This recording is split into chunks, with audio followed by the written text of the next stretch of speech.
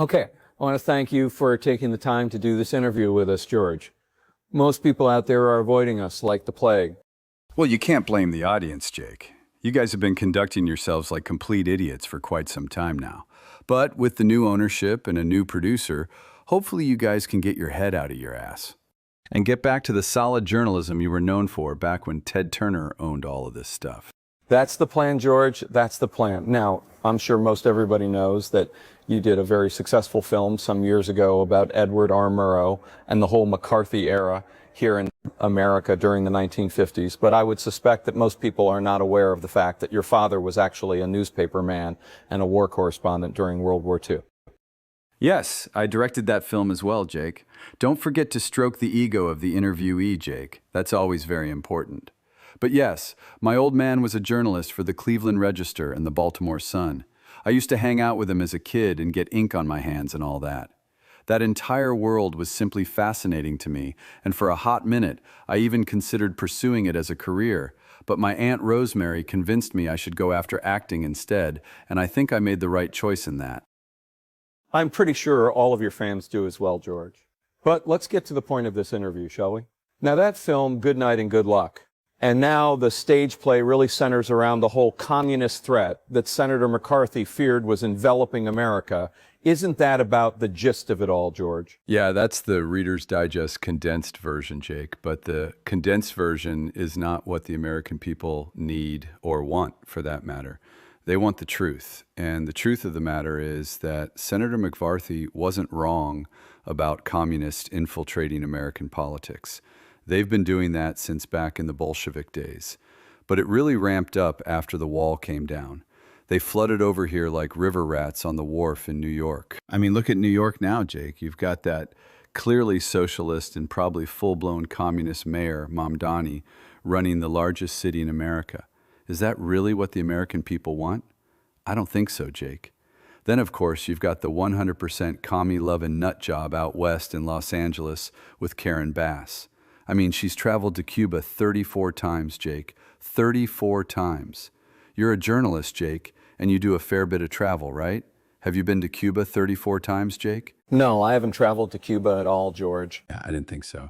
So tell me why the mayor of the second largest city here in America finds it necessary to travel to Cuba all the time or to Uganda to attend the swearing-in ceremony of the communist dictator of that country. I'll tell you why, Jake. Because she's a communist. Full stop. And we need to transition away from all of this crazy shit that's been going on here in America. It's just that simple. So what do you think we need to do to bring about this change, George? Well, to begin with, we should all be voting for Spencer Pratt for mayor of LA. The entire Pelosi-Newsom Democratic machine in California pulled something like 70,000 votes for ramen out of their ass in the middle of the night, and everybody and their brother needs to fill out write-in ballots for Pratt. And plus, get all the corrupt election people put behind bars where they belong. Let's not forget that while the city of Los Angeles burnt to the ground, the mayor was in Uganda slobbing on the schlong of their dictator and waited 2 full days to board a flight back to LA. We should do like they did with Napoleon and banish her, but not to the island of Elbe, but rather to Uganda, where she can live in a straw hut and live out her commie dream. People out there are saying we need to be cautious and just take baby steps to achieve the end goal. That's a crock of shit, Jake. We need to go full bore, balls to the wall, to eradicate this pestilence that has engulfed our nation. We need like a floodgate of activity like they had during the war years, where everybody was involved in a singular goal.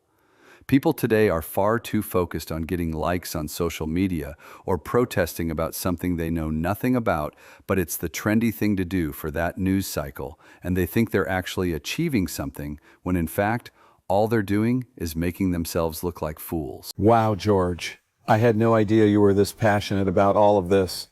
I am passionate about it, Jake, and the thing that is so very frustrating is that everybody else isn't just as passionate about it.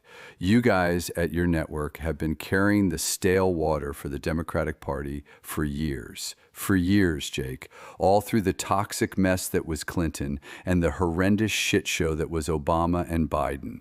Trump has done some good things, but not nearly enough. He makes bold statements about China, but then turns around and markets a phone that is made by HTC in China.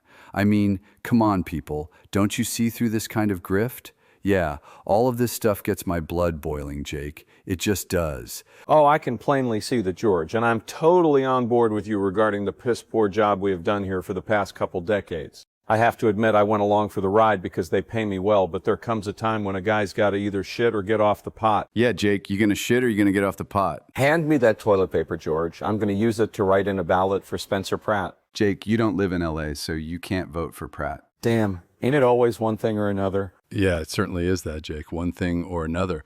But what we as patriotic Americans need to focus on is getting rid of all these commie bastards that are holding office all over the country, on city councils and school boards and county commissions. These scumbags will get in whenever and wherever they can to spread their communist rhetoric. It's like a disease, Jake, and we have the cure for it. It's called work, and we as Americans need to put in the work to get the results we want. For far too long, the citizens have relied on the elected officials to just take care of everything. Well, look where that's gotten us, Jake. Seriously behind the eight ball. And that sort of mindset has got to end. We can rise up and do the impossible. We have proven that in the past, and we can prove it again today. So come on, all you big, strong men, Uncle Sam needs your help again. He's got himself in a terrible way out yonder in California, IA. You gotta vote for Pratt all day long to get rid of the dingbat holding the commie dong. Don't wait for the right time of day. We gotta do it now to save LA.